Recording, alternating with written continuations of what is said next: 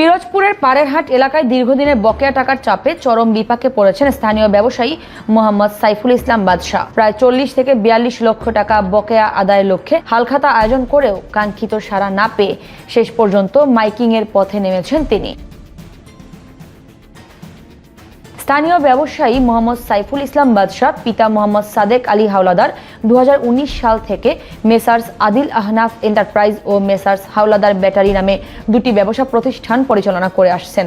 মুদি পণ্য, easy bike, battery ও বিভিন্ন খুচরা যন্ত্রাংশের ব্যবসার সঙ্গে জড়িত থাকার কারণে তিনি দীর্ঘদিন ধরে বাকিতে পণ্য বিক্রি করে আসছিলেন। এতে ধীরে ধীরে তার বকেয়ার পরিমাণ বেড়ে প্রায় 40 থেকে 42 লক্ষ টাকায় পৌঁছায়। আমি মোহাম্মদ সাইফুল ইসলাম বাদশা।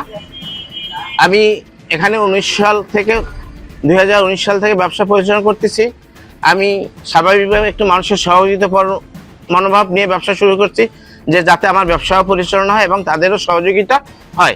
এইভাবে আমি অনেকের ব্যাটারি বাকি দিছি, গাড়ি কিস্তিতে দিছি। যখন যা প্রয়োজন আমার কাছে আসছে, সকালে আসছে, আমি বিকেলে টাকা দেবে এই কথা বললেও আমার কাছ থেকে অনেকে মাল নিছে। কিন্তু সকাল তো ভালো, 6 মাসও আমার সাথে দেখা করে না। এখন এই 7 বছরের মধ্যে আগে একবার হালখাতা দিয়েছিলাম এবং বর্তমানে হালখাতা চলতেছে। আমি গতদিন মূলত ডেট ছিল 13ই মে 30 বৈশাখ বুধবার, কিন্তু আমার আশানুরূপ টাকা না আসার কারণে আমি হালখাতা এখনো চলমান রাখছি এবং আমি মাইক ভাড়া করছি। মাইক ভাড়া করে তাদেরকে আমি নাম ধরে ডাকতেছি যাতে আমার টাকাটা পরিশোধ করে। কিন্তু তারপরও যদি তারা আমার টাকা পরিশোধ করতে না আসে, তাহলে আমি তার বাড়ির সামনে গিয়ে প্রয়োজনে মাইক করার চেষ্টা করব যে আমার টাকাটা পরিশোধ করো, তোমার মান সম্মান যাতে নষ্ট না হয়, আমার টাকাটা দিয়ে যাও এবং ভবিষ্যতে আমার দোকানটা পরিচালনা হোক। আমার যদি মাল থাকে তুমি আবারও প্রয়োজনে আমার কাছ থেকে সহযোগিতা পাবা। এমনকি বেশিরভাগই আমার কাস্টমার ইজি বাইক ড্রাইভার, যাদের কাছে বেশি টাকা পাও না, কিন্তু আমার এখান থেকে যখন যায় অনওয়েতে, তখন দেখা গেছে তারা একটা অভিনয় করে যে ফোনে কথা বলে না, কিন্তু ফোন কানের সামনে ধরে রাস্তা অপোজিটে তাকায় চলে যায়। এমনকি এরকমও দেখা গেছে আমার এখানে প্যাসেঞ্জার নামবে, কিন্তু সেই প্যাসেঞ্জার আমার এখানে না নামাইয়া দোকানের 2 সাইডে নামায়, যাতে আমার সাথে তার কথা বলতে না হয়। এমনকি ওইখানে একটা গ্যারেজ আছে, তার অবস্থাও খারাপ, কারণ আমি টাকার কারণে ওই গ্যারেজে কাজ করতেও আসে না, সেক্ষেত্রে সেও সমস্যায় পড়ছে। তাই আমি এই অভিনব পদ্ধতি বেছে নেওয়ার জন্য কারণ একটাই, যাতে আমার টাকাটা আদায় হয় এবং মানুষ যাতে বুঝে যে আমার বাকি নিতে সহজ, কিন্তু আমি যখন দেই না তখন ওই ব্যক্তির কঠিন হয়ে যায়। এই টাকাটা আমি পরিশোধ করলে ওই ব্যক্তিরও সুবিধা হবে এবং ভবিষ্যতে তারও সুবিধা।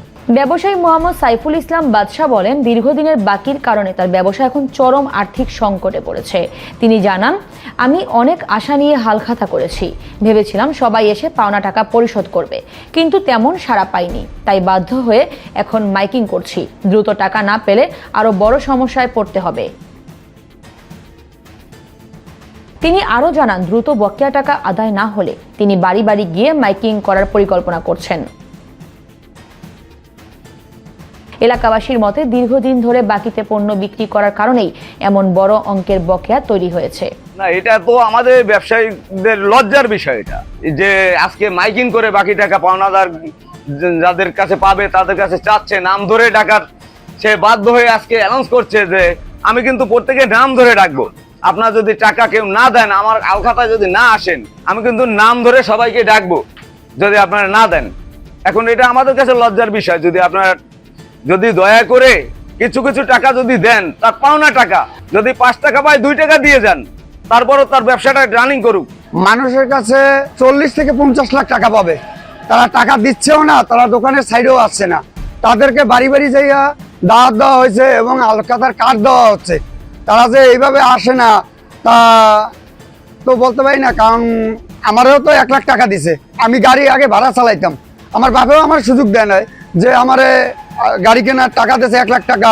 আর আমাদের কিছু আসলে আমি গাড়ি কিনছি, আমাদের এখন পাইবে মাত্র 10,000 টাকা। হয়তো আমি আইতে পারি না দেখে, আমার টাকা ছিল না দেখে আজকে আমি আইছি।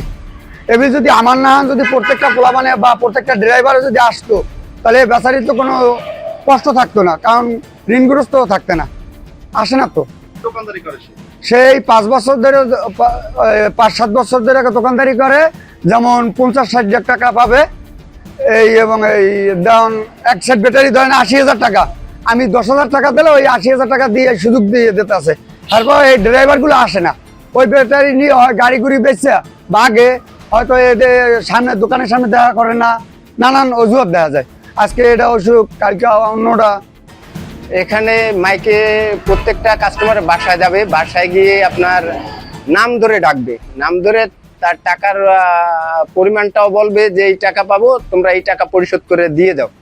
এই কারণ হচ্ছে যে সে বাধ্য হয়ে করতেছে। প্রত্যেকটা এখানে অত্র এলাকায় ম্যাক্সিমাম বাড়িতেই, প্রত্যেকটা বাড়িতেই বললে চলে যে প্রত্যেকটা বাড়িতেই কাস্টমার আছে যে মুদির মালামাল অথবা পার্টসের মালামাল নিয়ে বাকি জমা করছে, যে টাকাগুলো পরিশোধ করতেছে না। এক্ষেত্রে দোকানদারের সে সম্পর্কে আমার মামা ভাগ্নে হয়, কিন্তু সে বাধ্য হয়ে এগুলো করতেছে। মাইকিং করে প্রত্যেকটা বাসায় গিয়ে আপনার মাইকিং করবে এবং নাম ধরে ডাকে টাকার পরিমাণটা বলবে, যাতে সে টাকার পরিমাণটা জানে এবং সে টাকাটা পরিশোধ করে।